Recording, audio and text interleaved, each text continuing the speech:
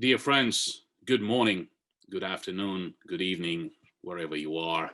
I am absolutely delighted. It's truly heartwarming and encouraging to see that we have been joined by so many from all over the world, from so many different places and from different continents.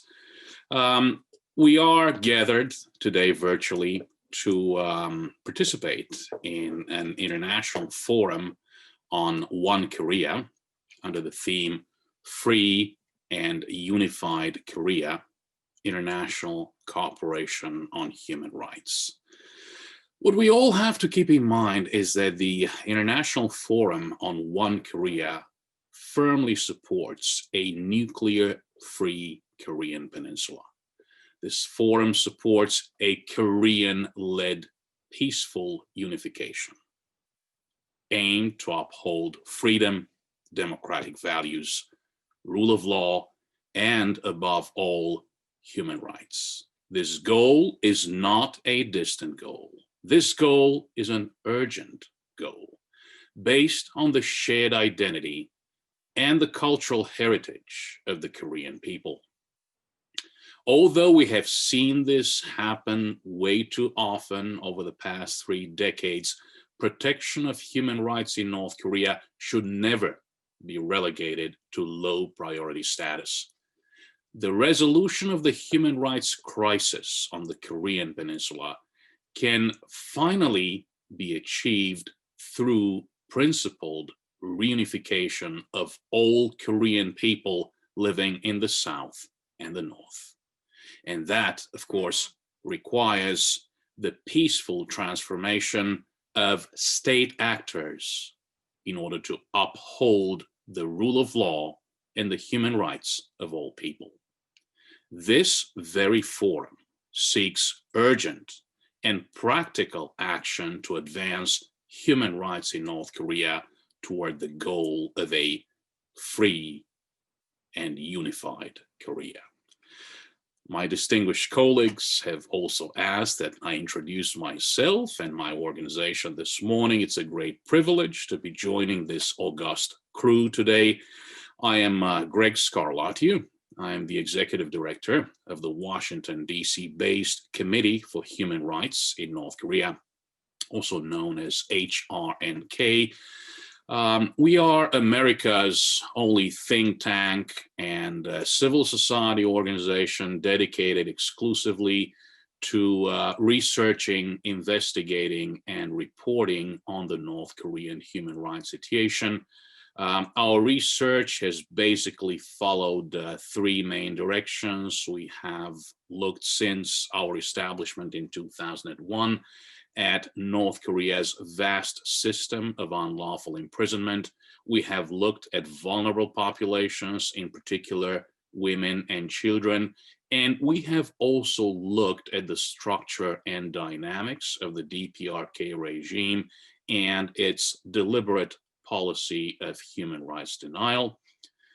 This is an organization that has been quoted by the U.S. State Department's Human Rights Report multiple times, recently by UN Secretary General Antonio Guterres twice.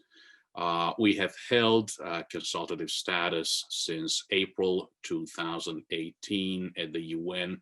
Always a pleasure to work with my dear friends and colleagues at the Global Peace Foundation and the other co-sponsors of today's event. Our goal is the same. Our goal is to bring freedom, human rights, democracy to all Koreans. Our goal is to see all Koreans reunified under a free, prosperous, democratic Korea, which continues to stay a firm friend, ally, partner of the United States, and a fully responsible member of the international community. Again, that's why we're gathered here today, to seek creative ways to address this as an urgent issue.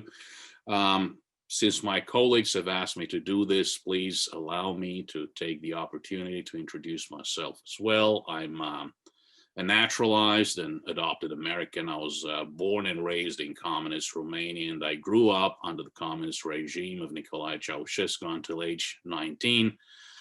In December 1989, 31 years ago, I was a freshman, an English language and literature major at Bucharest University. I was right in the midst of the anti-communist revolution that brought down the regime of Ceausescu and eventually brought Romania into the European Union and facilitated the transformation of my old country into a democracy, an economy, and a democracy that are still evolving, but one could not argue that Romanians are not much better off than they were 31 years ago.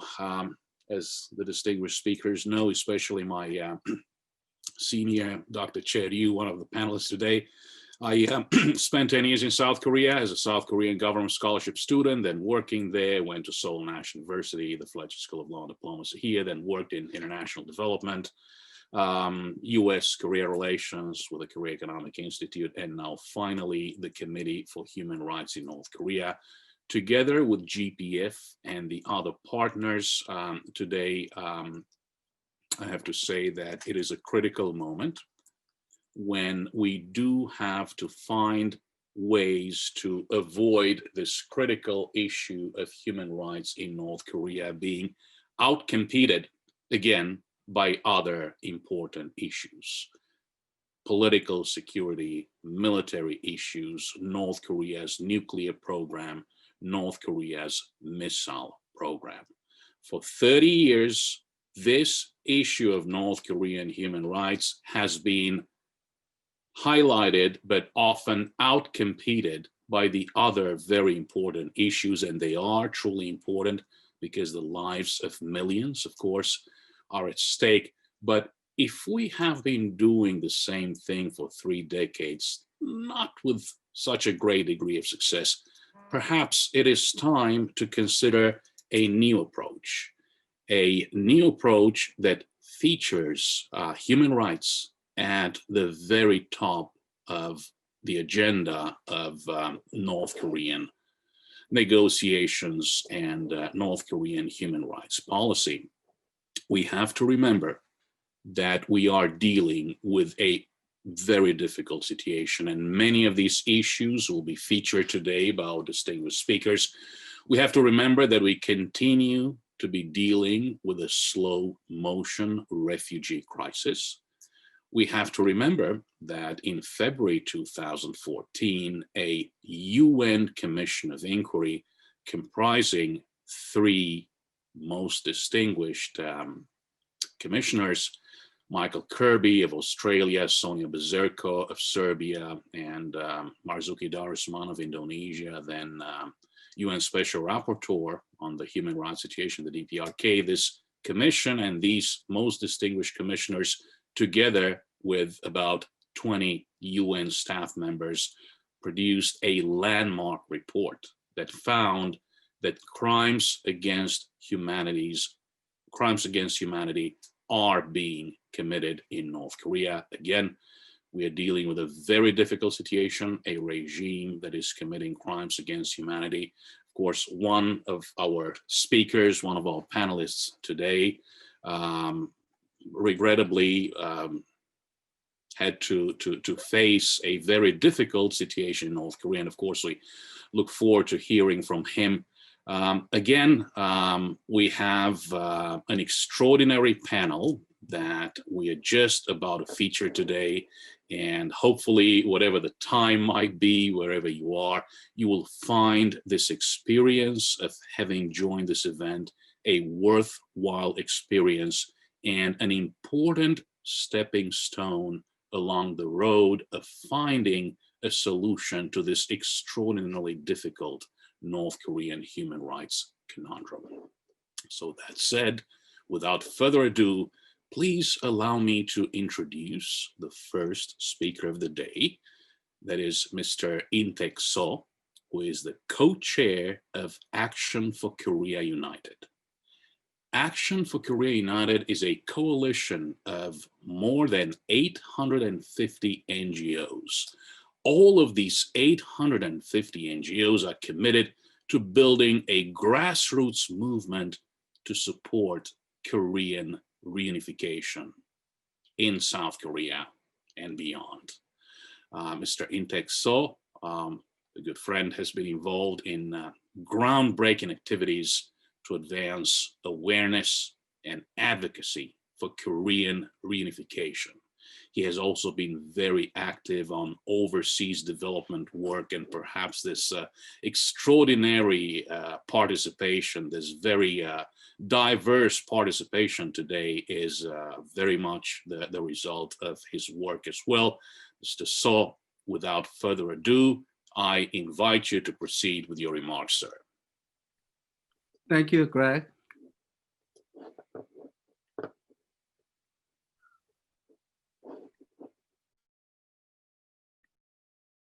Greetings from Seoul, Korea.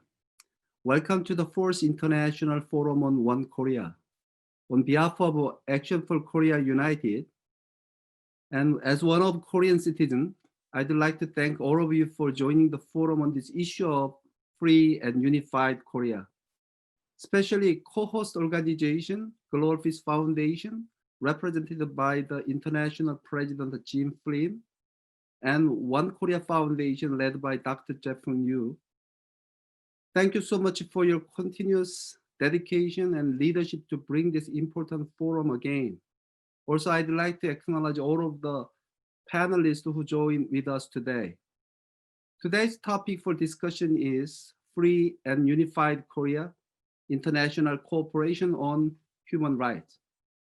Free and unified Korea is the ultimate goal we all agree upon, but the human rights situation of North Korea is an imminent issue we have to deal with now.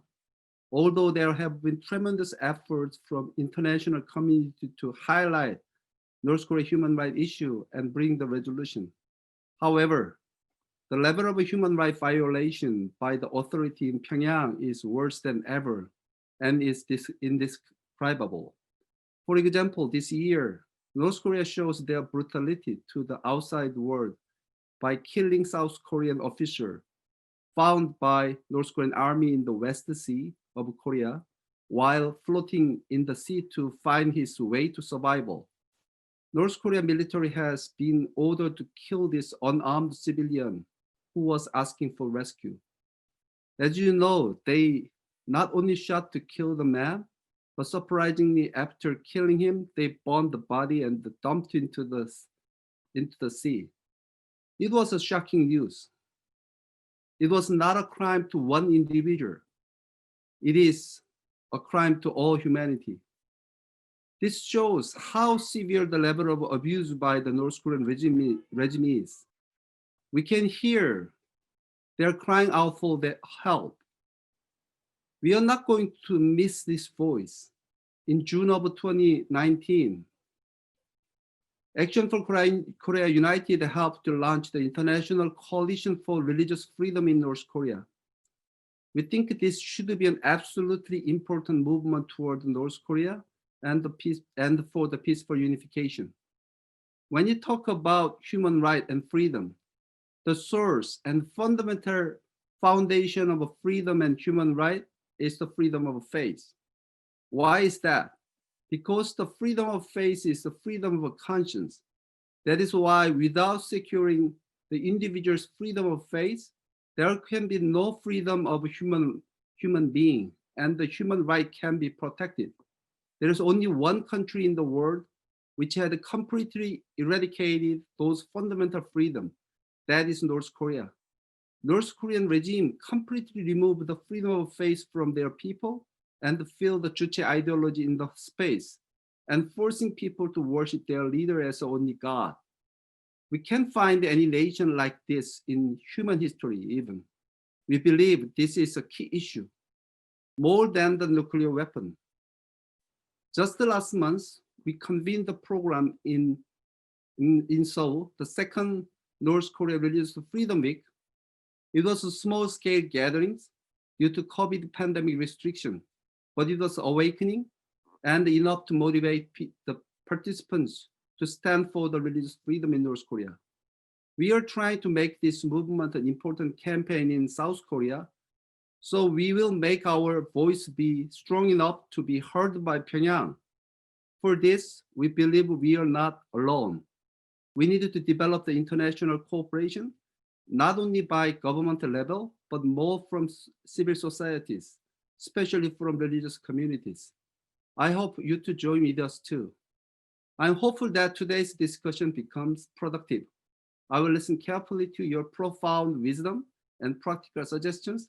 Thank you so much for your participation again. God bless you.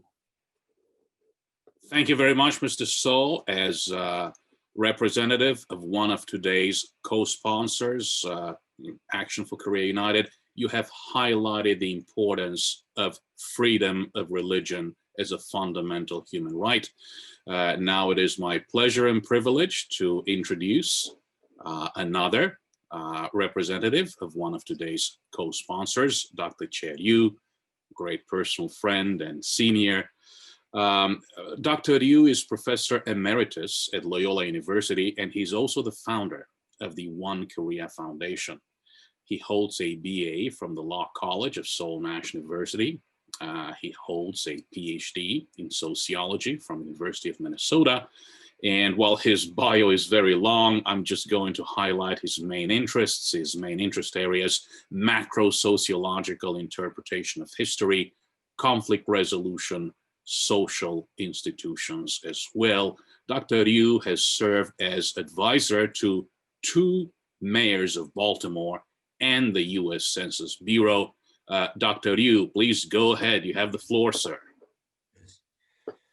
One Korea Foundation has been one of the co-sponsors of International Forum, and this is the 4th of such event.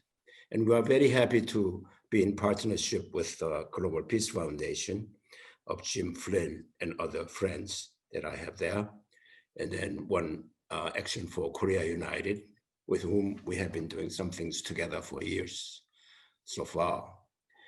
The organizers of this particular forum on human rights has general agreement that Korea needs to be united into one Korea, where people will be free to choose where to live, what faith to follow, what career to pursue, what country to travel, what information to listen to. In short, the kind of freedom the people of free countries take for granted. Almost exactly 72 years ago, December 10th, 1948, United Nations adopted the Universal Declaration of Human Rights. It's in some way, a human rights as a concept, as a purpose, as a vision for people to follow, has been a relatively, historically, a recent phenomenon, because human history has been a history of violations of human rights in all agrarian, authoritarian, monarchical systems. Human rights violations were rampant, and we thought that's just the way life is supposed to be. People of North Korea lived under such an agrarian, authoritarian system of Yi Dynasty. It was followed by 36 years of Japanese colonialism, where human rights were also relegated to a matter of no concern to the regime. It was then followed in 1945 after the liberation and division of Korea into North Korea. In short, people of North Korea have never really experienced anything like freedom. I remember when I visited Disneyland, there was a little Lincoln pavilion. Abraham Lincoln in waxed form stood up and talked about how to protect the liberty of the United States. Should we create walls on our borders and equip it with a great gunpowder to protect our freedom. And he said the best way to secure freedom is to give people freedom. People who once experienced freedom will fight when someone takes that freedom away from it. North Korean people needs to be exposed to the freedom and what it's like to be free, and what it is through freedom in pursuit of their own personal gain, how they can also be prosperous as well and peaceful. So we, the organizers of this, believe that Korea needs to be freely united into one Korea that is free, respectful of human rights and governed by rule of law. But to make it a reality, we need more than other topics, international cooperation. Because given to just everyone doing their own things, without the international cooperation, human rights will have a tendency to become pushed aside. Unless it is international, the voice of international, human rights will not reach very far. One of the panelists, the parliamentary member of Japanese Diet, the Honorable Nakagawa, is trying to work with other parliaments of other countries to generate this international cooperation for human rights, not just in North Korea, but everywhere else. So I welcome you to all this, and I want to particularly express my gratitude to two of my other co-sponsors, and also the distinguished moderator, Greg Scarlatoiu, and the other four panelists who represent a very unique point of view that generated for them a kind of views about human rights condition in North Korea that are not always very well heard of. A voice of a person who has been in North Korean prison longest period of time, Kenneth Bae. And we also have, Honorable Nakagawa, and also the people such as the, the participants. They are all very well-chosen, diverse background and with unique views. And I'd like to listen to them all and take part in some later discussions also. One point that perhaps is not the focus point on this conference, which I want everybody to kind of think about, is the relationship between communism as an ideology and as a practice on the one hand, and human rights on the other. We don't know of any country ruled by Communist Party which respected human rights. It looks as if communism and human rights violation and crime against humanity are two sides of the same coin. It's like an inside and outside of our jacket. You cannot have just one without the other. So the question arises, is coexistence with communism possible? Is peaceful cooperation with North Korea possible? There are many in South Korea who believes peace precedes anything else, so that they are willing to let go human rights violations aside, and we will generate peace, and people of North Korea and South Korea as one people who share the same heritage will work together for great Korea. That is a pipe dream. I think we need to think exhaustively about that and come to some views about whether or not working for human rights is not the same as working in ways of anti-communism. Communism is a very, very,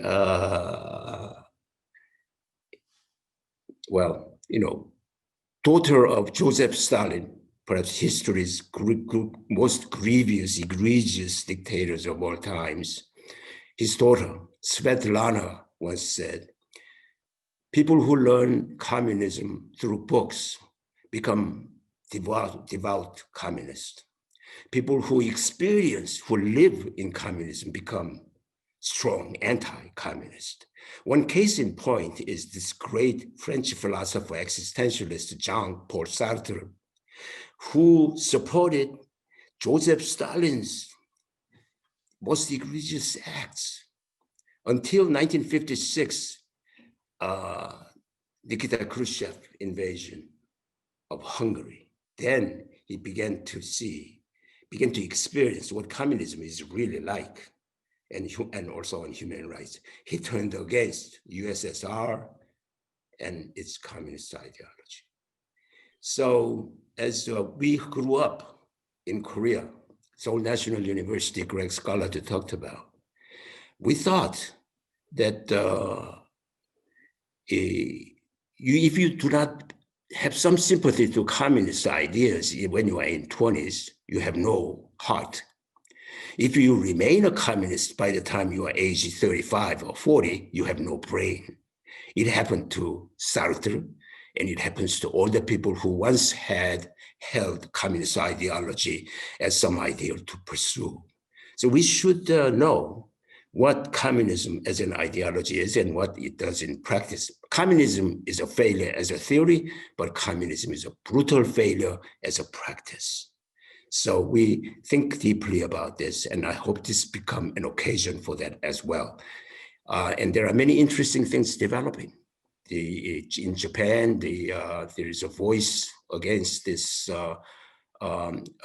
delusional exodus of 93,000 Korean Japanese in 1945. From 1960 to 1984, for a 24-year period, 93,000 of them were not forcibly, but deluded into believing that North Korea is a heaven on earth and moved to North Korea. They were free to go, but they were not free to come back. And there's a strong voice rising against seeking for some justice out of this. And there is a lot of things happening in America and elsewhere that are giving some promising signs for increasing international cooperation. And I hope this conference will add to that stimulation. And thank you very much. And let's hope to have a very, very good conference. Dr. Ryu, thank you so much for your remarks. You have highlighted the importance of the Universal Declaration. In 6 days, December the 10th, we are celebrating the 72nd anniversary of the UN Declaration of the Universal Declaration of Human Rights. It is my extraordinary privilege to introduce another great friend, Mr. James P. Flynn, who is the international president of the Global Peace Foundation, again, one of today's co-sponsors. Mr. Flynn is the executive officer of a very large global network of chapters, very strongly represented today at today's event. Mr. Flynn has worked in the nonprofit sector for more than 3 decades. He has served as an educator. He has served as an international conflict mediator, an interfaith facilitator. He has served as a grassroots leader of basically families aiming to strengthen families and to prevent youth violence. So he has served and contributed to making this world a better place on so many levels. Jim, please go ahead. The floor is yours. Thank you very much, Greg. Appreciate that. And greetings from Washington, D.C. I want to join my colleagues in welcoming you to this 4th convening of the International Forum on One Korea 2020 virtual series. The Global Peace Foundation is pleased to join with Action for Korea United, the One Korea Foundation in organizing today's forum. And as we're already beginning our discussion, certainly we think that today's theme is most important, addressing the theme of free and unified Korea, international cooperation on human rights. Special thanks to Jai Ryu, Inteck So, and especially to Greg Scarlatoiu, as well as today's speakers who are contributing important analysis and perspective. We also want to thank all of those who are joining around the world, because this is really an important discussion today, and we appreciate your joining us and participating. Already you've heard an important review of a historical context in which the events and unfoldings on the Korean Peninsula continue to emerge. But also we also are reminded of and know the current circumstance. The global pandemic continues to disrupt and devastate our world. There are heightened tensions between global powers and fluid and uncertain circumstances on the Korean Peninsula. In such circumstances, it's vital that we consider new approaches to address these critical issues on the peninsula and also within the larger context of Northeast Asia peace and security. In seeking such solutions, we at GPF advocate for a comprehensive framework that we call the Korean Dream approach. That approach is based on the end goal of a free and unified Korea that draws on the ideals and principles manifested in Korea's ancient history and culture and fulfills the long-held aspirations of the Korean people. At the same time, that approach recognizes that the process of Korean unification must be Korean-led, but also requires significant international support. And as already we are discussing today, there are critical issues that are necessary to address in solving the division on the Korean Peninsula. It's our view they cannot be dealt with in isolation. The three major areas that are part of the comprehensive approach that we advocate are, first of all, peace and security issues, the one that most are quite familiar with already, denuclearization and other issues. But at the same time, we must address governance and human rights issues as of primary importance, focused on the rule of law, the necessity of the rule of law, and also the fundamental guarantee of human rights for all. And with addressing those, we also, of course, need to look at the economic development and future of the unified Korea as one where opportunity is provided to all its citizens. It is our view that a resolution on the Korean Peninsula cannot be achieved by focusing exclusively on denuclearization, as has been the case in recent years. Governments may claim that raising human rights concerns hampers their ability to negotiate and resolve security threats. Other governments may assert that the treatment of their citizens is purely a domestic matter subject to national sovereignty. However, at GPF, it is our strong conviction that our fundamental human rights are unalienable, meaning that they do not originate in any human system or government, nor can they rightfully be denied by any system or government. Our fundamental rights are not American rights or European rights or Korean rights. They are human rights because they are endowed to every human being. That's why we consider our theme today most important: international support for human rights.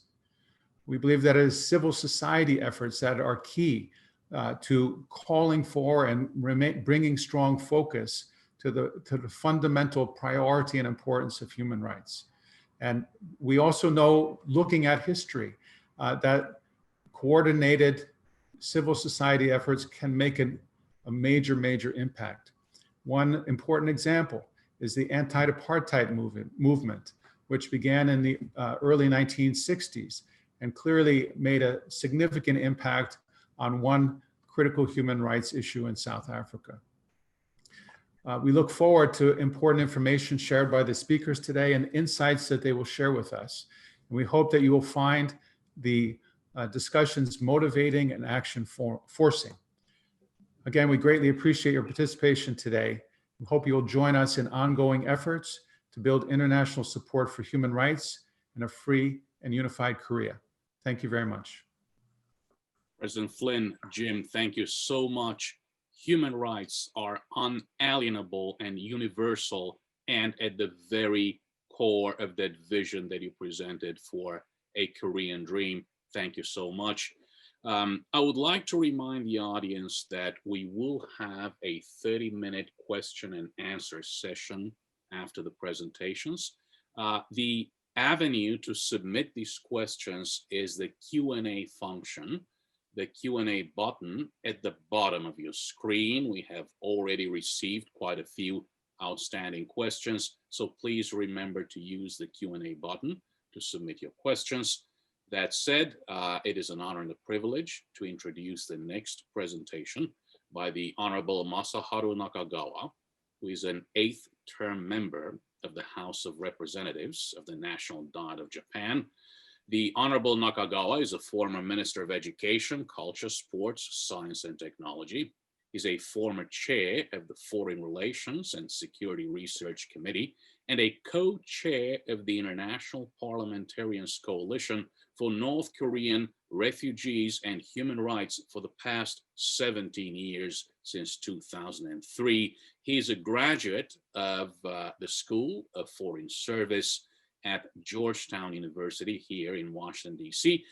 Of course, due to a Japanese extraordinary diet session, he is not able to join us live, but he has recorded a video message for the conference participants, and we are going to present that video message. Please join us in watching.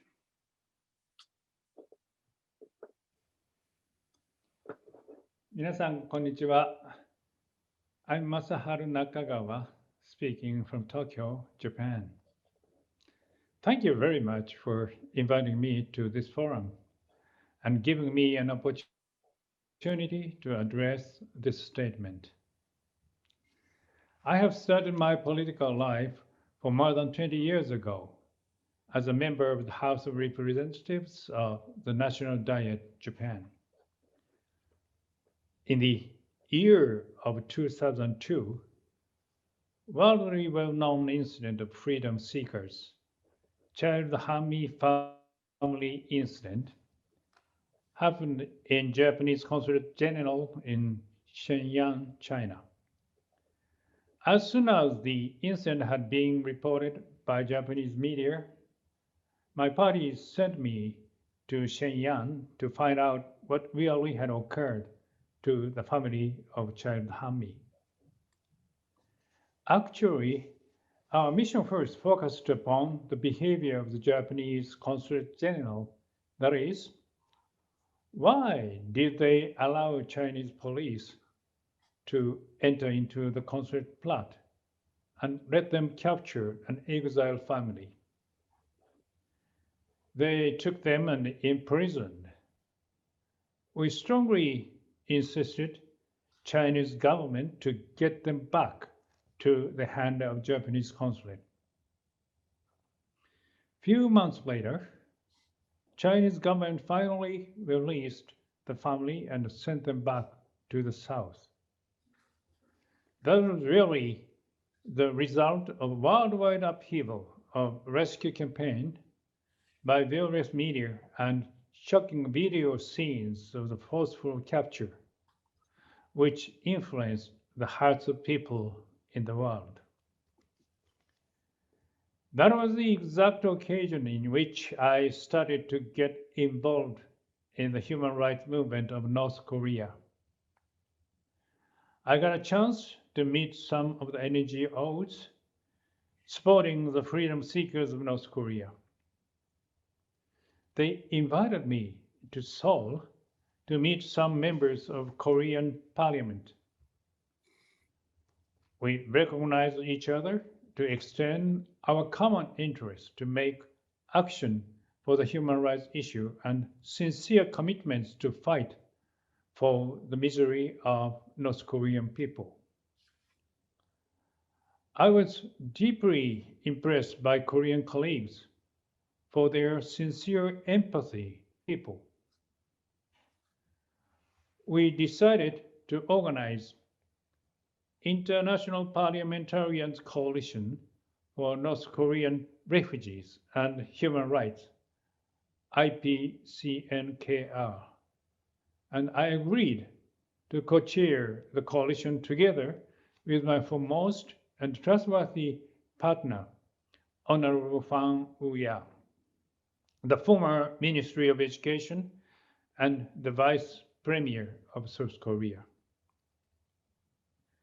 I'm glad to point out that IPCNKL has been made a vital role to make appeals with the fact that severe violation of human rights have been continuously committed not only against its own nationals, but also against abductees from abroad.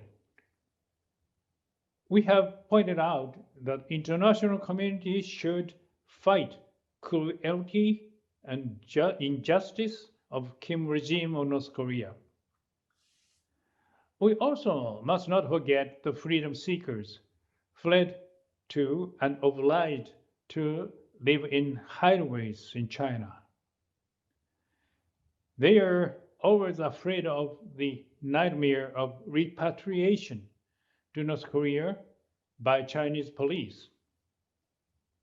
In various occasions, we kept asking Chinese government that they have to stop repatriating. Those freedom seekers should be defined as refugees under the international law. They are to be permitted moving to any countries wherever they want to go. Under the coordinated actions among the members of IPC and KR, we together led to make related laws in common among the participating countries, which came to be realized as North Korean human rights laws. In each, the United States, Japan, and South Korea. We have demanded the United Nations to condemn Kim regime and lead to end the severe violation of human rights. We highly appreciated that reporter of the United Nations Human Rights Committee finally denounced the misdeed of the regime as a crime against humanity. We will keep demanding that UN Special Reporter should be accepted inside North Korea for the investigation of blatant violations of human rights. Every year, IPC and KL have held multinational sessions to expand the recognitions of serious conditions of North Korean human rights, inviting congressmen from hosting country and surrounding areas. We have held conferences in Romania, Spain, Thailand, Mongolia, Canada, Guatemala, and so on. Needless to say, South Korea and Japan. I think it is the time we should call for coming to people's notice that violations of human rights will pervade as far as we neglect the situation. Once the bitter and ominous situation comes to be relevant among international community, we should step up to be united and together cope with the problem.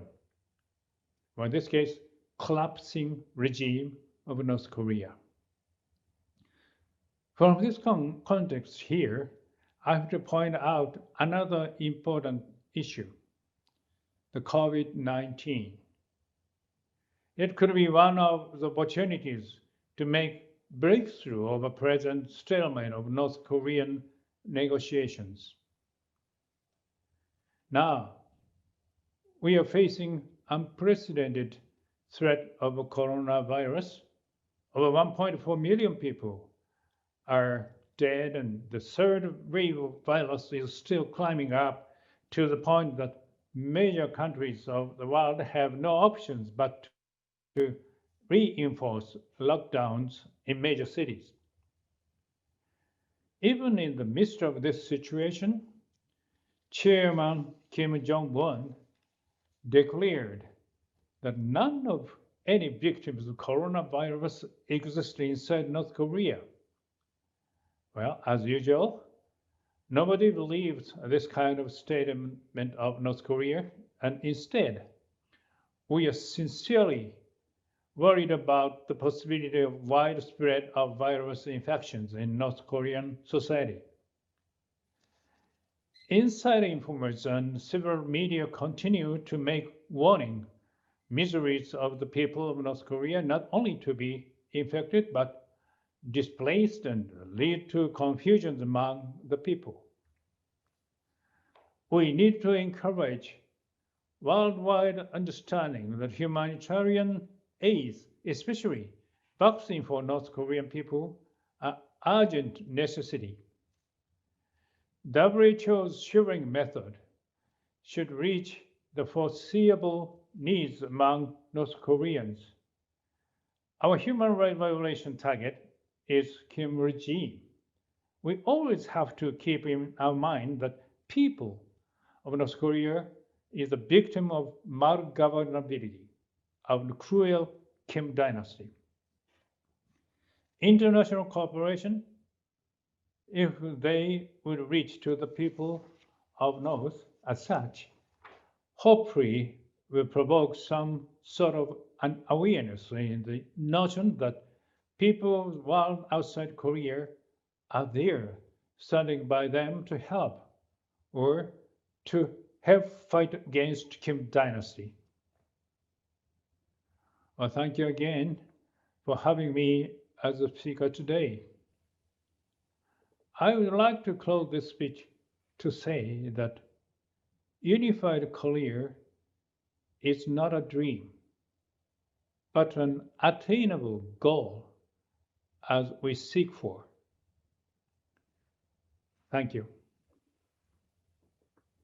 Dear friends, a unified Korea is an attainable goal, an attainable dream. We have 3 more speakers left, and I'm going to ask all 3 of them to please keep their remarks no longer than 15 minutes. We're running a little bit behind schedule. Our next speaker is Reverend Kenneth Bae, who's president of the Nehemiah Global Initiative. He's also founder and president of North Korea Relief. As we all recall, he was detained in North Korea in 2012. He unfortunately became the longest held American detainee since the Korean War. He was initially sentenced to 15 years of hard labor. He was released in 2014 after 735 days of detention. Reverend Bae is an ordained Southern Baptist pastor, and he's also author of the book Not Forgotten.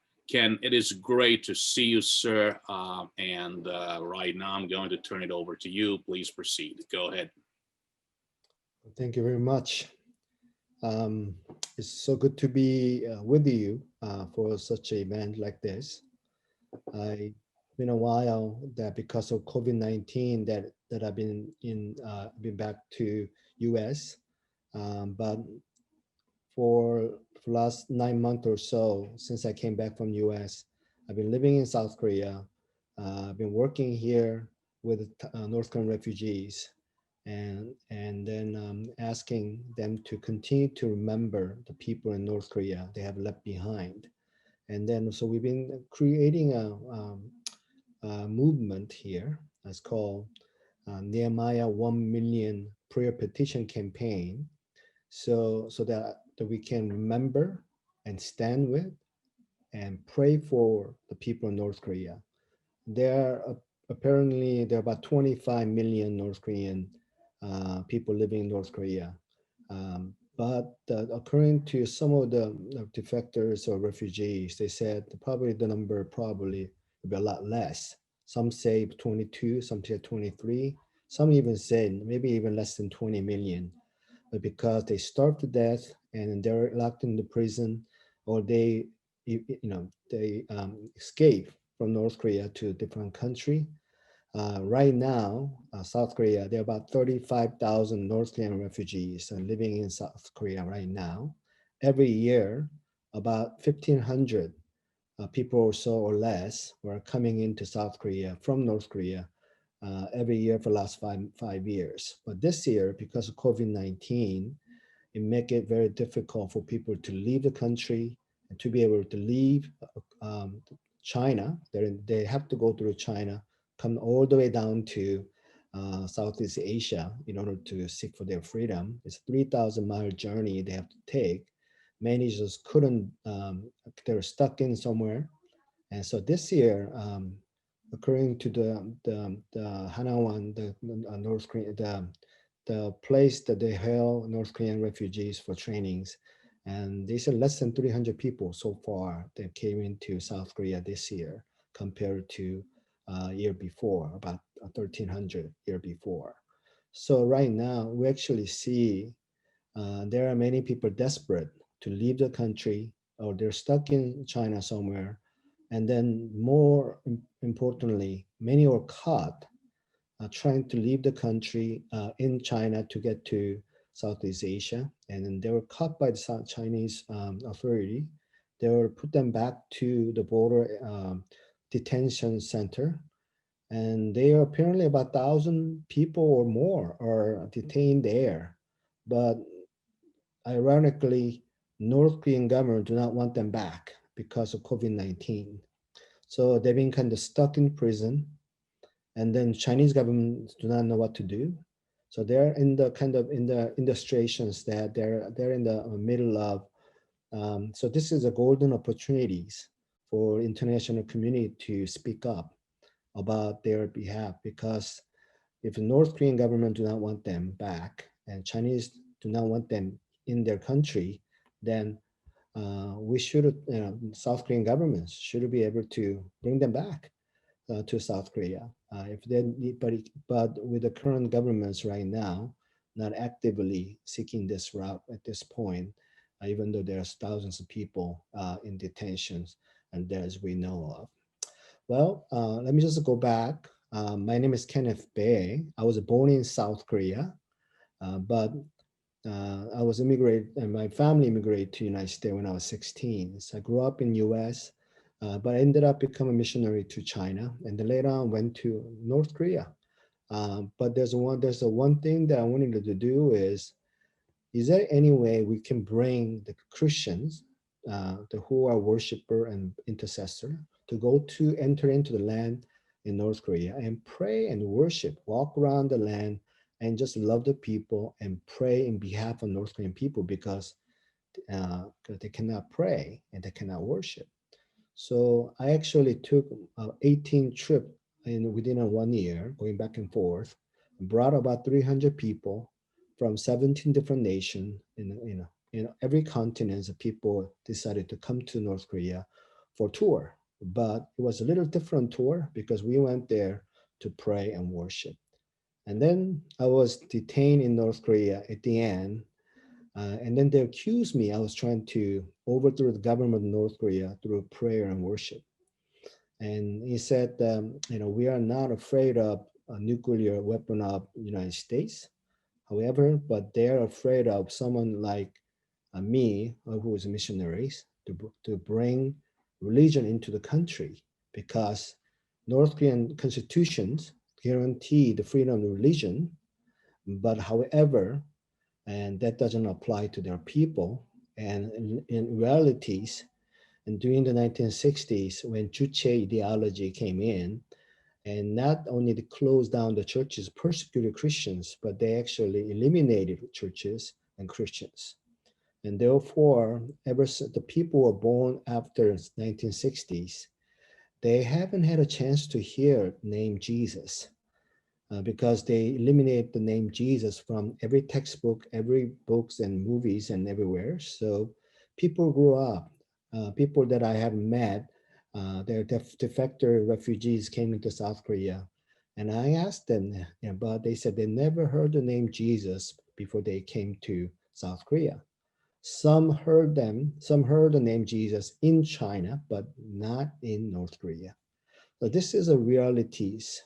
What is it like to living in North Korea? There are 3 churches in capital, but the tourists show the foreigners that they do have freedom of religions, but they're actors and actresses. But realities, they said, if you're believing in God other than Kim Il-sung himself, then you are become a political, you have committed political crime, because you can only serve one God, who is Kim Il-sung.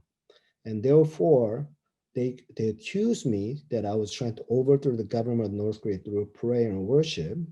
And they also accused me that I brought people to North Korea to pray against them. And I received 15 years hard labor sentence. I was the first American who was sent to the prison in North Korea. And then the suffering was real. But through the suffering, I realized that how people live, how normal people living in North Korea, not the people in the top, but the people in the middle, or people in the lower the level of societies, and realize that they're simply living without any human right. No freedom to speak, no freedom to travel, no freedom to choose their own job, and no freedom to believing in any form of religions. And therefore, and I realize that we need to find a way to become a voice for the voiceless, especially for the freedom of religion and faith. Because every human being deserves to live like human being, and this is a essential the aspect of the right that every human being should have. And so far, what I saw there is simply there's no room for any other God or any other religions. So after I came back from North Korea, I realized that God put me there for a reason for 2 years. I came back and realized so many people around the world prayed for me and remember me when I was in North Korea. I was so surprised. I traveled over 17 different countries, and then realized that the people everywhere, they come to me and say, I'm the one that prayed for you and remembered you. So I started this campaign called Nehemiah 1 Million Prayer Petition Campaign. And now people from 72 different countries, over 5,600 people have signed this petition that I will commit before God to remember, to stand with, and pray for the people in North Korea. And so I realized that the Bible, someone named Nehemiah. Nehemiah is the one that was one of the part of the exile community that was taken as a prisoner, or a slave at that point, the prisoner. However, but that he was a descendant of the Jewish community. But he was able to work for the king at the time, but he did not forget the people who are suffering, back home, back in Jerusalem and Judea. So he prayed for the people of North Korea, the people of Israel, and he was not only pray, but he acted upon. So he advocate for the people of North Korea, people of the Israel at the time. And then not only he was advocate, but he also acted upon. Not only he say something that other people to do, he himself rebuilt the wall of the Jerusalem with his people together. So with this mind, then I realized that what I have given is I have a unique experience I had in North Korea. Through coming back, I studied the NGO called Nehemiah Global Initiative. It's almost like let's raise up the Nehemiah for the next generation, and so that we can only, this call is not only for Koreans, but the global community can come together, and so that as Nehemiah have done, to remember the people of North Korea and not look the other way, but stand with them, and then also pray for the people, and then but act upon and advocate for the people in North Korea. And so I've been working as the president and founder of the Nehemiah Global Initiative to rebuild and to working with many North Korean refugees, especially young next generations. And now we also started another NGO called NKR, North Korea Relief. And this North Korea Relief, we decided that these people that now they're suffering, and many of them want to leave the countries, but there is a long way for them to come out all the way to Southeast Asia. And so we decided to help the people asking for help. So we've been rescuing North Korean refugees. We've been providing emergency relief for the people, in their on their way, but they're kind of stuck somewhere, or many of them ended up was trafficked to human trafficked to, and sold as a wife to the rural villagers in China. There are over 100,000 of them living in China right now. About 35 to 40,000 children were born out of this. It's not legal marriage, and therefore many of them are they're living in the rural area and they don't know. But now that many of them trying to get to South Korea, because when they get caught, they've been sent back to North Korea, and there will be a break of the families. But fortunately, recently, I've been hearing that Chinese government is now changing their policies, and now they're allowing the mothers who's been living in China for more than 5 years have a child, and then they will not send them back to North Korea, but they will keep them. They will give them even like a local ID for them to legally stay in the countries. And that's become a big relief for many the people living in China right now. So many are coming to know the Lord, and then they become Christians. We've been working with them, counseling through the, and with them, or sending Christmas gift to them, and then after COVID-19, we should be able to visit with them as well, so that many of them will be getting ready for opening of North Korea when the opening come. So I know that my time is like it's running out. So what I was so for my conclusions, I see that changes are coming. It already has come, and after COVID-19, I think that I'm expecting there will be some sort of breakthrough will happen. So we just need to be ready for working with the North Korean refugees in South Korea or China, or even in US. And also the people inside, we are still able to communicate with them through the phone calls. We're getting up to the date informations, realizing that they're desperate enough. They say it's worse than during the 1997, during this Great Famine period. So said, we don't know what to do at this moment. So many people are suffering a lot greater than before.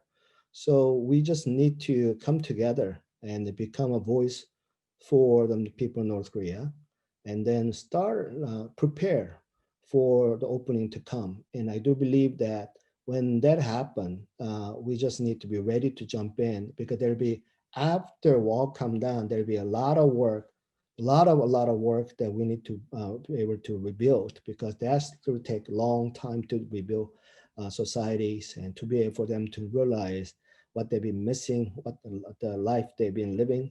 And I do believe that as we're coming together, we can make a difference. So I said Korean unification is essential. So I have a slogan here. It's called, I said, better together, better life, Korean unification. So thank you very much. Ken, thank you very much. Better together, better life. Thank you for highlighting the plight of North Korean refugees, the rescue and relief of North Korean refugees. Thank you for highlighting the transformative power of religious faith. Most importantly, thank you for your own faith, for sharing that with others, for your resilience and leadership.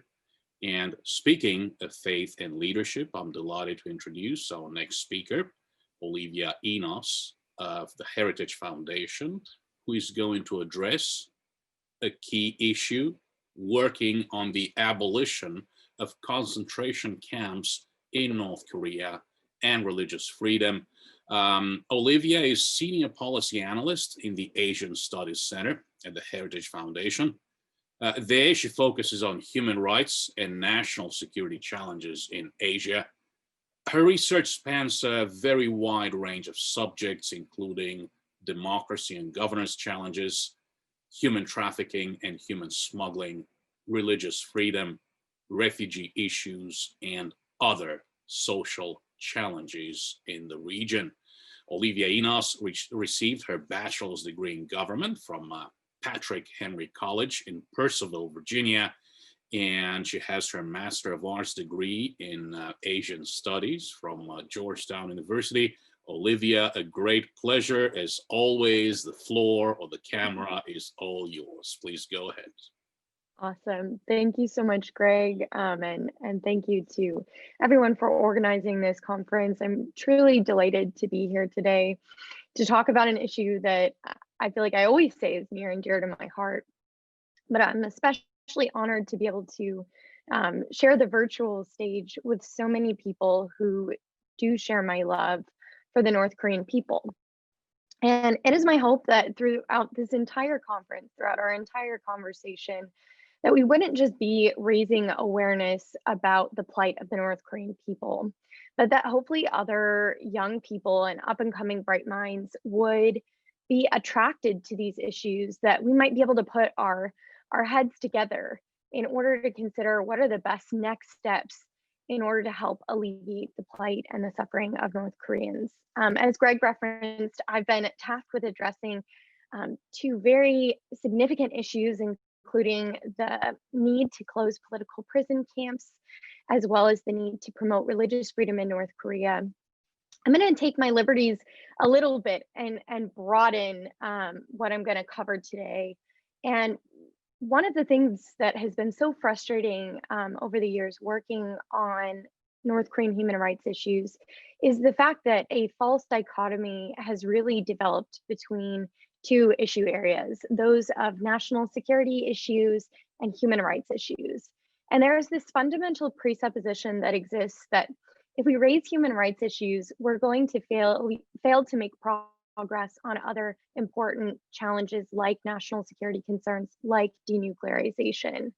And I think that this is truly a false dichotomy. And I think that no one puts it quite as well as Jung Pak from the Brookings Institution in her new book, Becoming Kim Jong-un, where she says repression and the nuclear weapons program form two pillars of the regime's survival.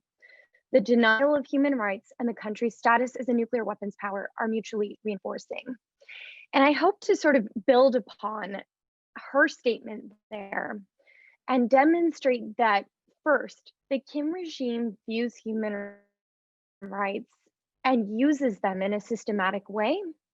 And I think this has implications for what our response should be in terms of the global community. So I want to analyze the systematic nature of the Kim regime's use of human rights, first by looking at the Songbun system in North Korea and in many communist and Marxist-Leninist regimes. We see that the state tries to define people in reference to the state, not as mothers and fathers, not as daughters and sons, not as neighbors and friends, but it defines people in relationship to the state. And they do this really clearly through the Songbun system, which is the North Korean form of a classification system that breaks people into the core, wavering, and hostile classes along with 58 subclassifications. Each of these define people by their worst acts, as the regime defines them as committing crimes against the state. And in doing so, we've seen the regime also deploy means of undermining and persecuting people of faith. One way that they further define people in accordance with the state is, as other co-panelists have referenced, by making and forcing individuals to worship at the feet of the Kim regime. And we see this, I think, reinforced through the second issue that I want to raise, which is that of the prison camps. There are two forms of prison camps in North Korea: ordinary prison camps and political prison camps.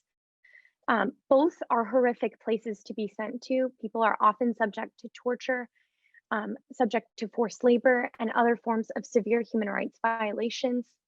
The difference between an ordinary political prison camp and a political prison camp is that most people sent to political prison camps never emerge again. They often die in those camps. And I think HRNK has actually estimated that over 400,000 people have perished inside of those camps. And they suggest that that's a conservative estimate. There may be even more people who have perished. The UNCOI uses the prison camps as an example to further its case that crimes against humanity have not only been committed historically in the Kim regime, but continue to be committed today under Kim Jong-un. And there are between 80,000 and 120,000 people. Again, that's also likely a conservative estimate of individuals that are held in those political prison camps. People end up in these political prison camps because again, of those crimes of the state. And oftentimes a crime committed by one individual can affect 3 generations of their family, meaning that it results in imprisonment and implications through the Songbun system for that family's lineage going forward into the future. The Kim regime further deepens its grip on power by engaging in a third category of human rights violations, which are public executions and purges.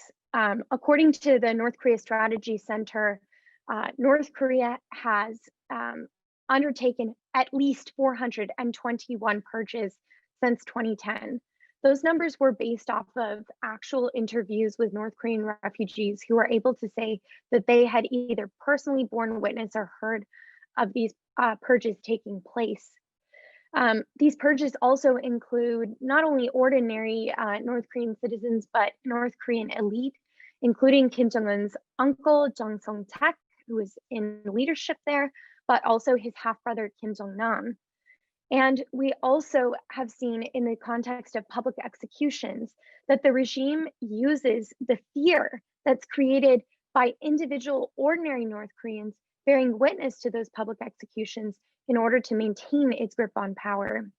I recently read a fabulous book by Sandra Fahy called Marching Through Suffering, where she looks mostly at the famine period in North Korea, but she recounts the story of a young girl, Hyunseung Lee, who when she was in high school was forced by her teachers at the behest of the North Korean authorities to watch the public execution of 3 men.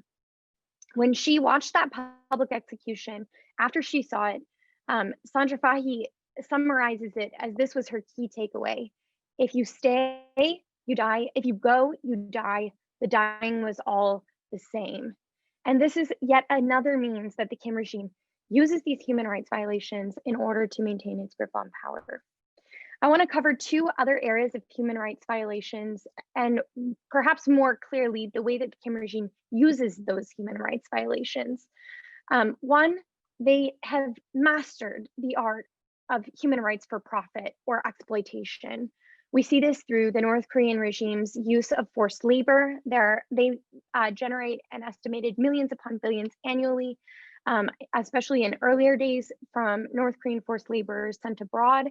And we know that this practice continues because even as recently as this November, The Guardian documented the use of North Korean forced laborers in Dandong, China to produce PPE in the midst of the COVID-19 pandemic. So the Kim regime has figured out how to profit off of human rights violations, even in the midst of ongoing pandemic. And we also see this through the Kim regime's redistribution of wealth. Its decision, rather than to choose to feed the people, it chooses to spend money on its luxury facilities, luxury goods, as well as the development of its missile and nuclear programs, which it spends millions upon billions of dollars on every year.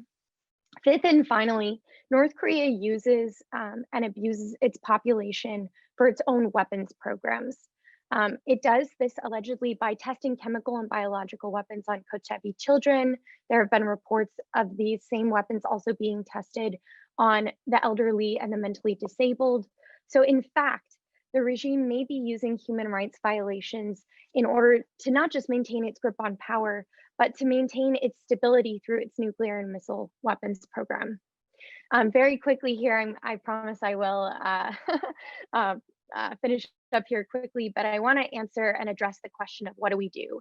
If the Kim regime is so systematic in its uses and abuses of the North Korean people, How do we respond, especially as we are looking at a potentially new administration coming into office? First, we don't omit human rights issues from broader conversations or diplomatic negotiations. Second, we should start with some small on human rights issues. Some of these could include requesting that the Kim regime release women, children, and the elderly from prison camps who pose no particular threat to the regime. And second, we could request access for donations for the International Committee of the Red Cross, or NGOs, to prison camps in order to evaluate and ensure that gets to the North Korean people. Third, we need to maintain maximum pressure. That means putting in place sanctions that actually go after Chinese banks that are funding the nuclear program, but also that we press other countries like Russia and China to comply with UN sanctions requirements that all North Korean forced laborers be returned back to North Korea by December 31st of last year.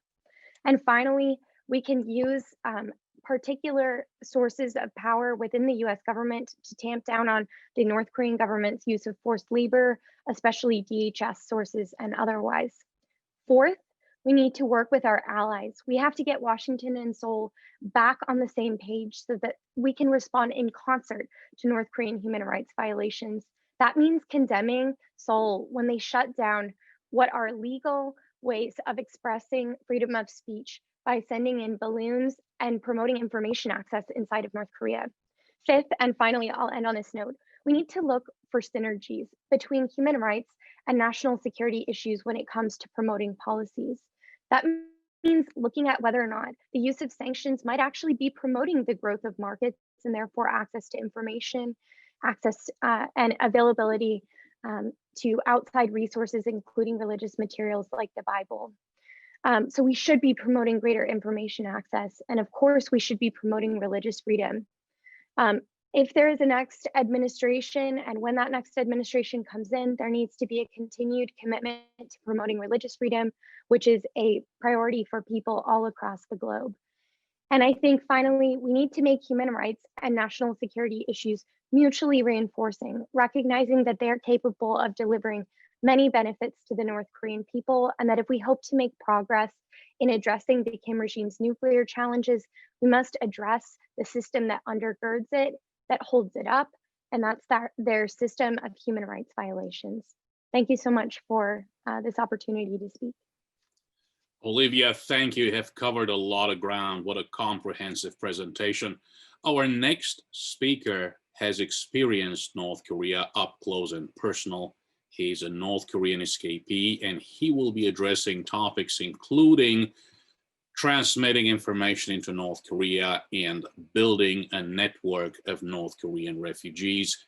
Hyunseung Lee is these days a very sought after consultant specialized in North Korean affairs. He works with a variety of think tanks and NGOs in the greater Washington, D.C. area. He's actually the son of a high-ranking official.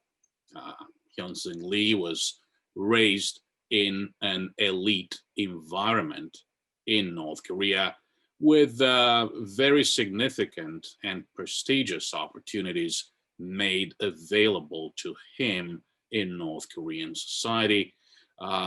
Most significantly, he has worked on North Korea, DPRK, China business relations as Deputy General Manager of the Korea Miyang Shipping Corporation.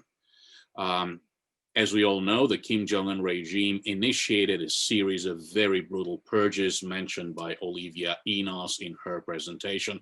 For that reason, Hyunseung and his family defected in 2014, and now they have all resettled here in the United States. Hyunseung, without further ado, great to see you, my friend. The floor is yours. Hello, everyone. Thank you for outstanding introduction, Greg. Thank you for honoring me with an invitation to speak before such a distinguished group. I'm Hyunseung Lee, North Korean escapee. I lived in the world's most isolated country, North Korea, for about 30 years. I was born, raised, educated in North Korea, and I served for North Korean military for several years. On October 5th, 2014, my family decided to defect from North Korea because Kim Jong-un's indiscriminate purge and execution. Starting with the execution of his uncle's aides in November 2013, he purged about 500 elites and sent tens of thousands of their families to political prison camp by September 14. Literally every day there was a news that someone had been purged. What I still remember vividly is the whole execution process that a senior military official who participated in the public execution of Kim Jong-un's uncle's two close associates told us 3 days after the execution, and I quote, "They were executed by the anti-craft guns. Their scattered corpses were burned with the flame projector, and the remains were crushed by the tanks, saying they were not entitled to be buried in the ground of North Korea." My father's friends were purged like that. I personally lost 2 friends too. One was executed because his father-in-law was close aide of Uncle Jang Song-tae. And the other one was sent to political prison camp with his entire family because his grandfather was close aide of Aunt Kim Kyung-hee. And I don't know whether he's still alive or not. This was one of the main reasons I defected. As we all know, North Korea is a country where the internet, reading foreign publications, and foreign information are strictly prohibited. All North Korean TV broadcasts, newspapers, radios, and publications are published daily with thorough supervision and approval from the North Korean dictator. North Koreans have lived in this giant prison for 75 years, blocked from the outside world. Like a fool, they listen only to what the Kim regime says and comply with it and still live that way. Do you know why they cannot change their lives? Because they don't have information and then they have no knowledge. Before I start my main topic, I'd like to share with you a story of my friend. There was a young man who grew up and received a good education in North Korea. He was young, but with the trust of the North Korean regime, he was given the opportunity to work abroad. However, a change occurred to the young man who was faithful to his duties. He read a book on the internet one day, written by Hyunseung Lee, a former member of the Kim family. Having learned that the ugly nature of Kim Jong-il and his family in that book, he escaped and settled in the United States, raised a family, and lives as much as the middle class in the United States. The reason I shared his story with you is because I wanted to talk about how a single book changed a person's entire life. As you all know, knowledge is power, and information is the foundation of knowledge. Through various information platforms, people get the information they need and make the development and change of society. In the free world, free acquiring information is taken for granted. But in one-man dictatorship of North Korea, all media platforms deliver information fabricated by the regime to its people. North Koreans now live in isolation of information more than anywhere else in the world.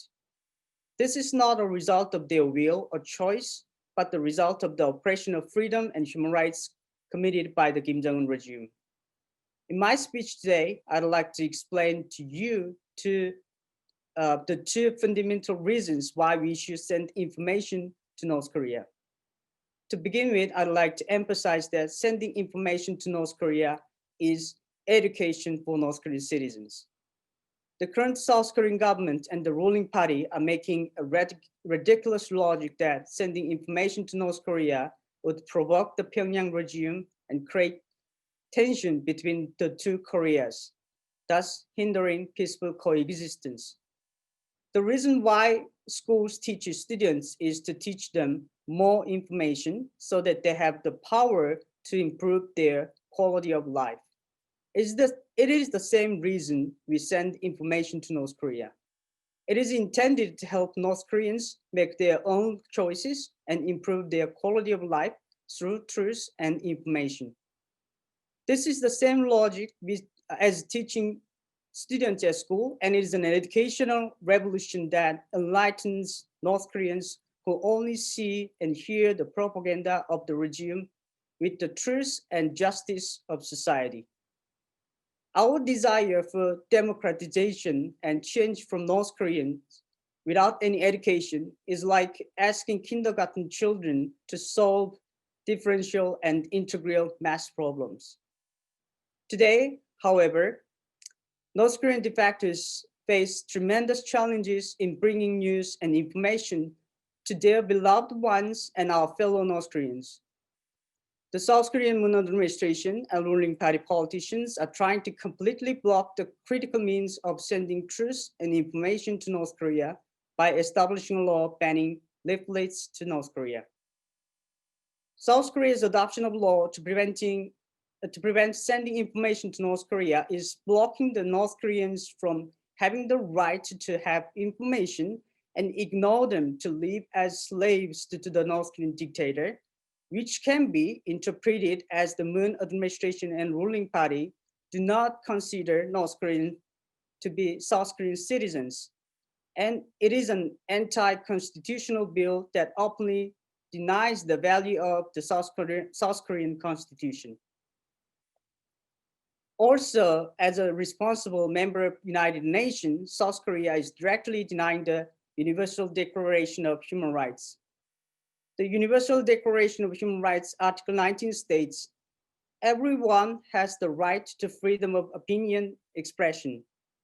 This right includes freedom to hold opinions without interference and to seek, receive, impart information and ideas through any media and regardless of frontiers. South Korea's introduction of bill banning leaflets to North Korea that denies all of its constitutional values and the Universal Declaration of Human Rights is to help North Korean dictator who fears inhuman human rights abuses and truth will be known to North Koreans. Withholding information is the essence of tyranny, and control the flow of information is the tool of the dictatorship. As a result, the South Korean government and the ruling party law of banning leaflets to North Korea help North Korean dictators' tyranny, and they're trying to become tools of dictatorship of the Kim regime. The Moon administration insists on cooperation, dialogue, and peaceful coexistence with North Korea. However, their idea is they will cooperate, talk, and have peaceful coexistence with the dictator, not cooperate with the people in the North, talk with them, and discuss with peaceful coexistence.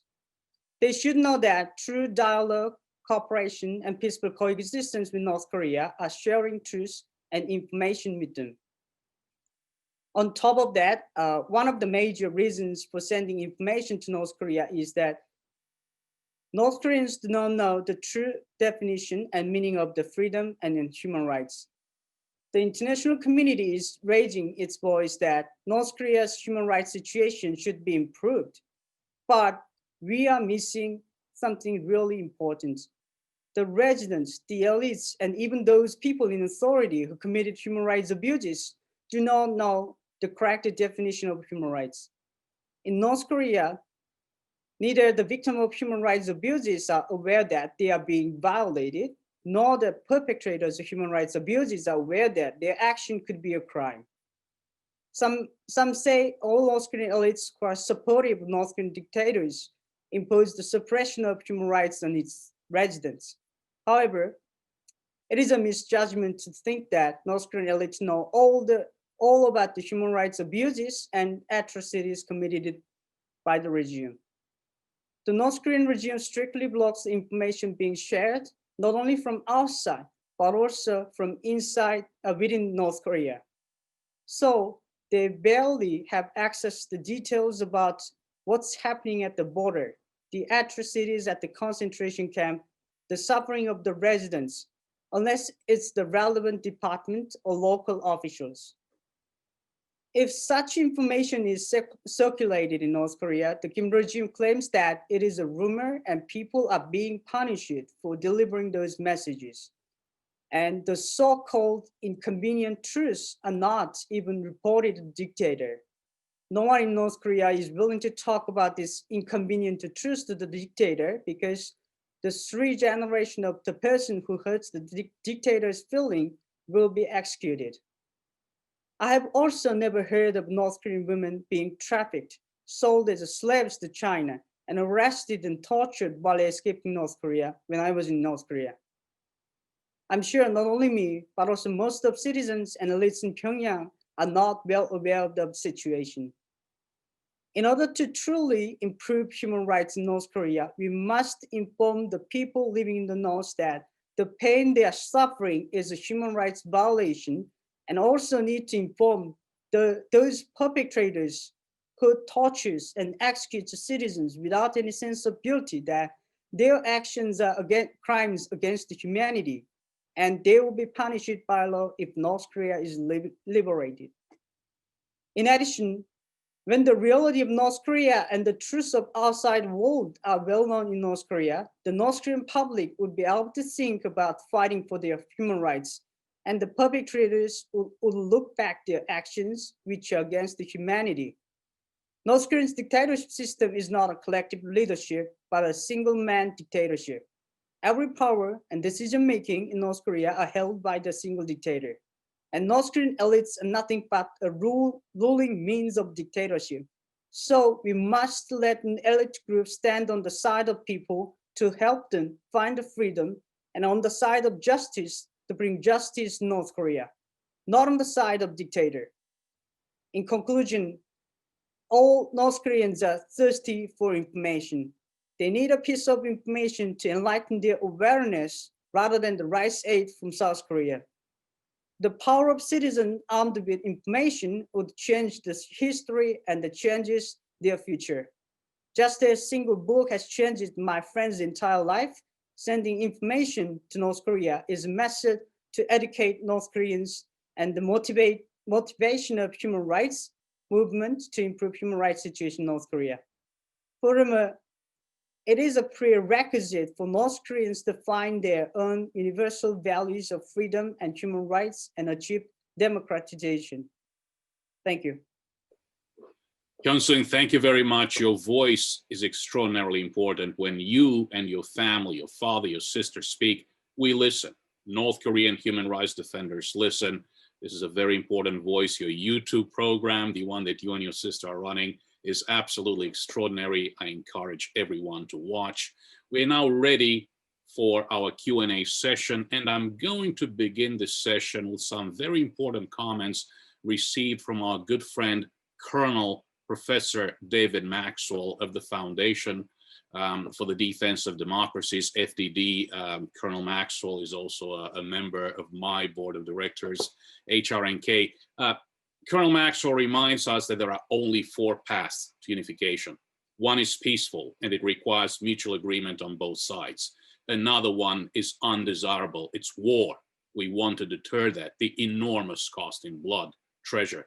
The third one is regime collapse, which would bring tremendous complexity and potential for major conflict.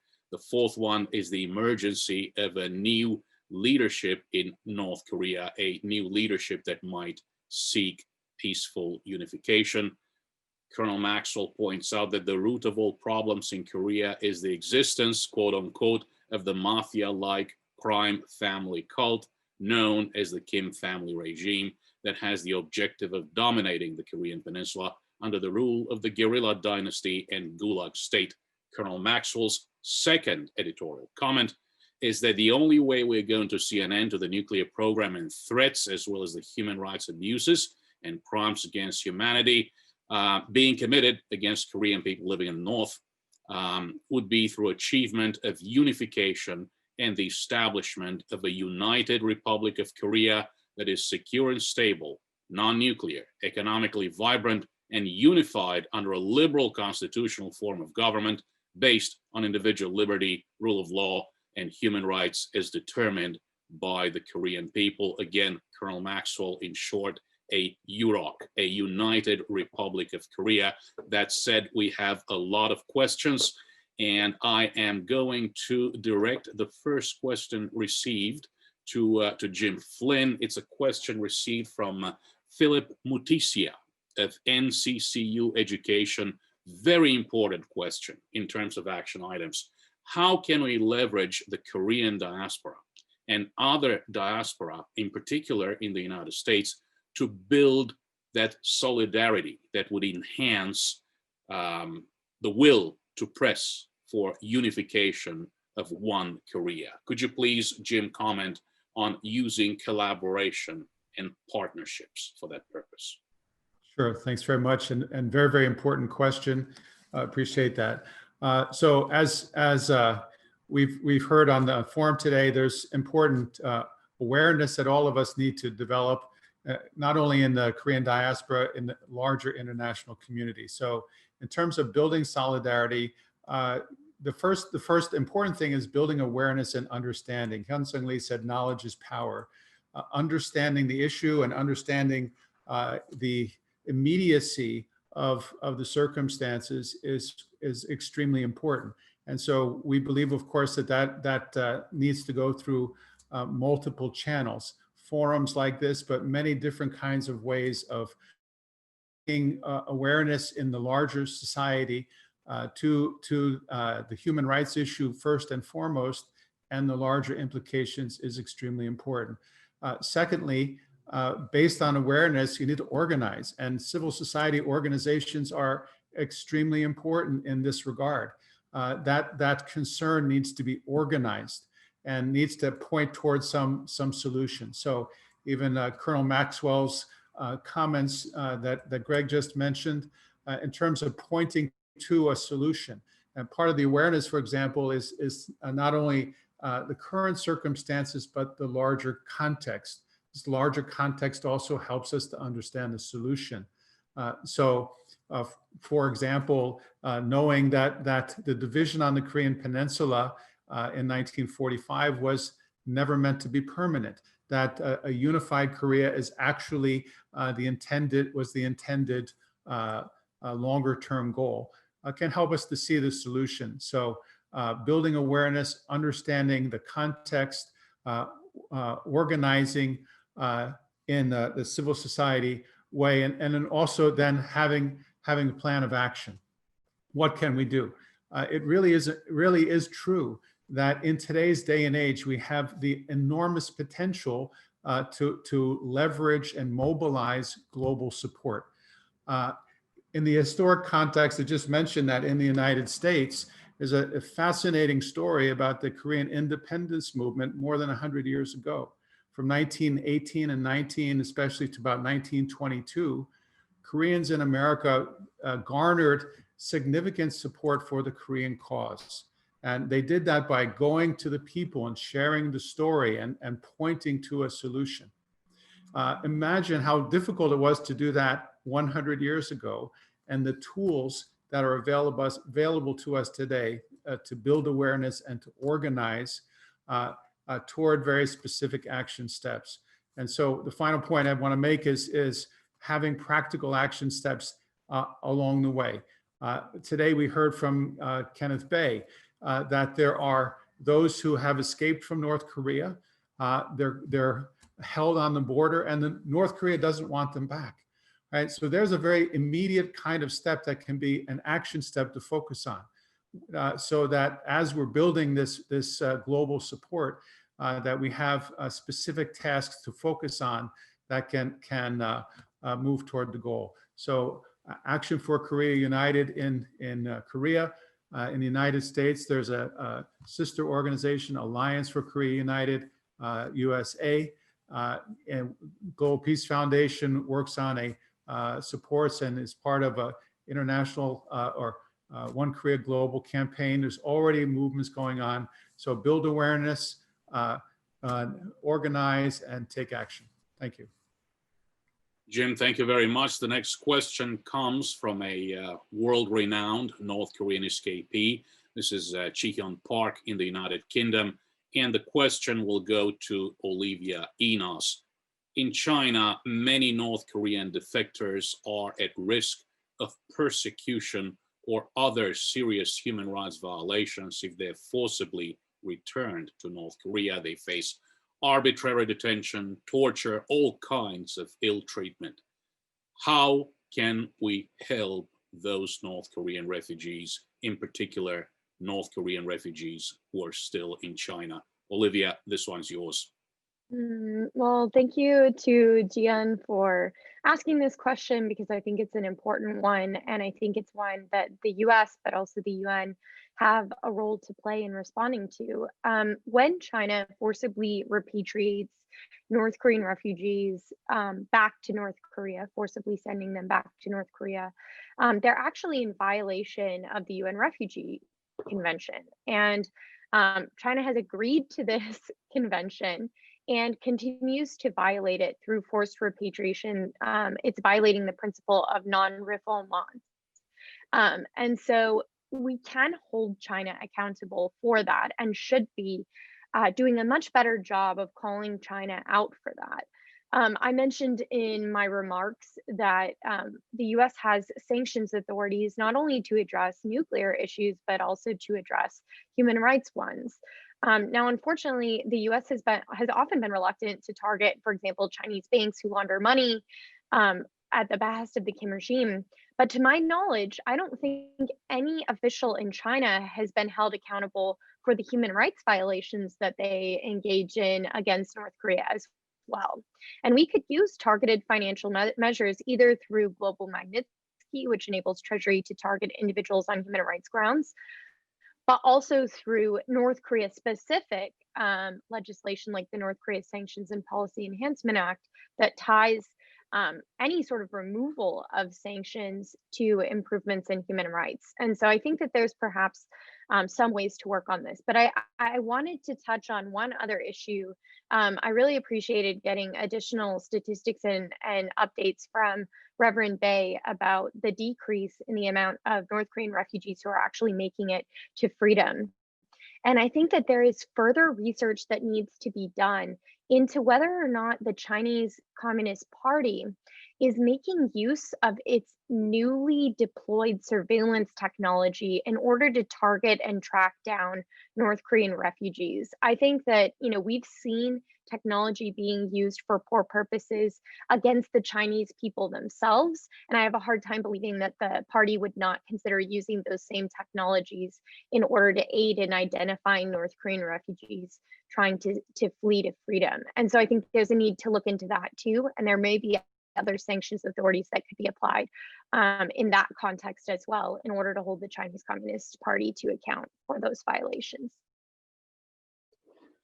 Olivia, thank you very much. The next question is very interesting and very practical, and we're going to direct it to Professor Chae-ryu. This question comes from Teddy Warrior. Teddy would like to study about the South Korea-North Korea peace process. We have a request for recommendations for books and movies. Professor Ryu, what books or movies would you recommend in order to have a better grip on understanding of South-North Korea peace process?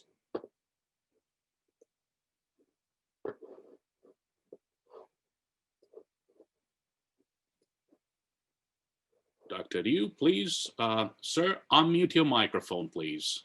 Your microphone is still muted. Yes, I will try to respond, not just limited to North Korea, South Korea relations alone, but more from my own personal interests. I'm interested in the future of US Republic of Korea alliance. And I think strengthening it, expanding it, on that, the future of Korean Peninsula depends greatly. And one basic concerns about human rights is just how basic is right, human right is to humanity. And one of them is, this book is called Sapiens, A Brief History of Humankind. It talks about how essential the freedom is for human beings to move beyond the animal world and become a ruler of this planet. And it was a freedom to explore, freedom to get any information you wanted, were major instigator, promoter of changes that created human civilization. And so once we accept to have the human right is very basic to being human. Not being free is you are being less than human.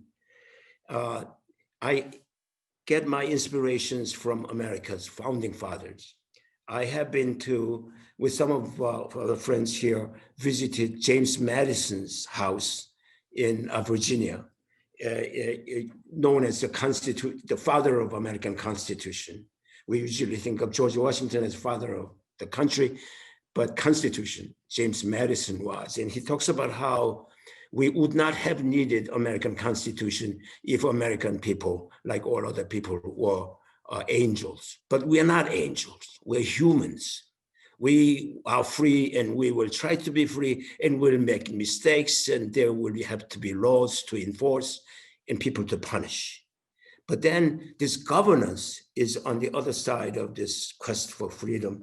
And I strongly recommend the books by founding fathers. This is a book by Lynn Cheney on James Madison. And there's another book called Quartet, Alexander Hamilton, John Jay, and James Madison, and so on, the quartet's role. And then on unification, I draw my inspirations mostly from Abraham Lincoln, who in Gettysburg Address talked about how America at the point of civil war was being tested, whether the country conceived in liberty and dedicated to the proposition that all men are equal can endure for a long time. And he, in his second inauguration speech, spoke about how this is a time to take care of the orphans and the widows, and how the future of America will have orientation of charity to all with the malice toward none. And I think that is a good motto to follow for future of Korea. So here's a book by Richard Slotkin called Abraham Lincoln, the make of this person and his beliefs and how he fought the war. And here's Goa Vidal's book on Abraham Lincoln. I haven't read it all, but I'm very selectively reading it. And there are several books, and this is a Korean version. Here's a Michael Lee wrote, he worked for America's CIA for 20 years in Korea and for more than 20 years in America, has written his stories. And one of the things that interests me is how Syngman Rhee, the founding father of Republic of Korea in 1945, faced a country where illiteracy rate was 85%. People were dying at average expectation of life of 42 years in 1945. And people never experienced any freedom. How Syngman Rhee thought liberal democracy is possible in Korea. And that was very enlightening view. And there are many Korean language books, but we will defer that. And there are some books that I'm looking for, which perhaps will be forthcoming. And it is a book about how this very idea of democracy and human rights was conceived possible at the start of the Republic of Korea. And how future of Korean Peninsula will largely depend on the current conflict that is being waged between the United States and China. Korean Peninsula issues is an issue, a part of, if it's not a part of an independent issue, very closely related to what will happen to US-China relationships. And there are some very interesting books that I disagree with. And one of the books I most strongly disagree with is the English author called Martin Jock. It's called When China Rules the World. He believed it's inevitable that China will one day lead. And he cites some statistics that are very, very questionable. For example, how China grew so fast since the Deng Xiaoping's start of opening up its economy to more capitalistic way, and grew so fast in 20 years when compared to English and American industrialization that took nearly 100 years, or even not more. I think it's a very forced comparison, but it's something for you to take a look and decide. And another book is called Michael Pillsbury. It's called 100-Year Marathon. That he believes that China has been waging war against the United States since its start in 1949, Mao Zedong standing in Tiananmen Square, declaring the establishment of the People's Republic of China and China's Communist Party, and how Americans have been misled to help their rise to a position of being directly threatened by it. And this is also an interesting book by Bully of Asia. It's about China and so on. But also some, I would recommend, of course, you have read many stories of defectors. A few books I have read that really deeply impressed me is one, a very close friend of mine, Kang Chul-han, who wrote a book called Aquariums of Pyongyang in English, very well-written, readable book. And George W. Bush was so impressed with him and invited Kang to Oval Office in the White House and spent 40 minutes with him. And we visited George W. Bush in Dallas Bush Center, and he might help us in the future in our effort to create this international cooperation for human rights in North Korea. And there's a book by a woman whose author's name I forgot, but deeply impressed me. Is a title called Girl with Seven Names. Hyunseung, Dr. Ryu. Yeah, This is such a long list. Thank you. We have readings for the next year. Okay, so really appreciate it. Thank you so much. Given time, yes. Thank you very much. Thank you very much. It's a long list, and we'll do our best to go through the entire list. Time is short. We will not be able to answer all of the questions. We have a lot of great questions. I encourage you to direct them to the organizers via email. Hyunseung, I have two questions for you, and to give you a couple of minutes to prepare, I am going to take another question before we go to you. So here we go. Colonel Maxwell of FDD asks, and I'm directing this question to you, what can be done to facilitate the emergence of new leadership in Pyongyang, leadership conducive to positive transformation? The second question comes from Australia, from Professor Leonid Petrov at Australian National University. Question also directed to you, Hyunseung. How does collectivism affect the North Koreans' understanding of human rights concepts, human rights practices? So collectivism and human rights, what is the understanding of the people of North Korea?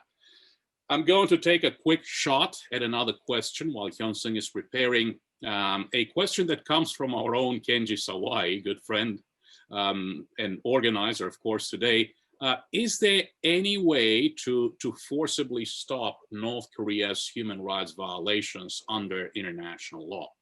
Well, if we are talking accountability, of course, there is the International Criminal Court, the ICC, and one of the fundamental recommendations of the UNCOI, the UN Commission of Inquiry, was the referral of the North Korean case by the UN Security Council to the International Criminal Court.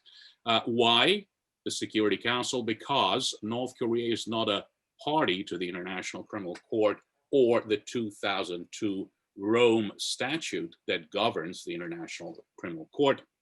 Of course, the Security Council is a tall order. We have to remember that China and Russia are permanent members with veto powers. That said, the North Korean human rights issue has been placed on the agenda of the UN Human Rights Council three times under two administrations. So it was placed on the agenda of the council in 2015, 16, 17. We have not been able to do that. Placing the issue on the agenda is a procedural issue that only requires 9 out of 15 votes of permanent and non-permanent members of the UN Security Council. Of course, once you take it up and start discussing referral to the ICC, it becomes a substantive issue, and the veto of China or Russia may apply. I think that is very important that we bring back together the coalition of like-minded UN member states, the United States, the Republic of Korea, Japan, the European Union, Australia, New Zealand, and others. This coalition did great things, pressing for relevant North Korean human rights diplomacy at the UN. We must see this coalition spring back into action. In particular, we're waiting for our friends, colleagues, allies, partners in the Republic of Korea, in South Korea to rejoin. It's very important for these states and everybody to continue to co-sponsor resolutions in the General Assembly, the latest one passed by consensus. Of course, talking accountability, there are ad hoc tribunals. There are tribunals set up along the lines of ICTY, the International Criminal Tribunal for the former Yugoslavia. These efforts don't have to go to the Security Council. They might go to the General Assembly. We have to remember that there is more to North Korean human rights. My organization has participated in the UPR process, the Universal Periodic Review, where states volunteer to receive and answer questions. The DPRK has participated. Of course, the answer is, of course, not satisfactory, but participation in itself is a very important first step. One has to remember that the UN Commission of Inquiry provides not only recommendations on accountability, but also a roadmap to reform, change, transformation, a roadmap to turning the entire Korean Peninsula again into what we all want to see: free, prosperous, democratic, unified Republic of Korea, the UROC that Colonel Maxwell mentioned. Hyunseung, are you ready to answer your question, sir? Sure. Thank you. Please go ahead. Thank you, Colonel, asking this great question. So I think it's one of the reasons I defected and my family defected, because we see some hope of new rising of new regime or government.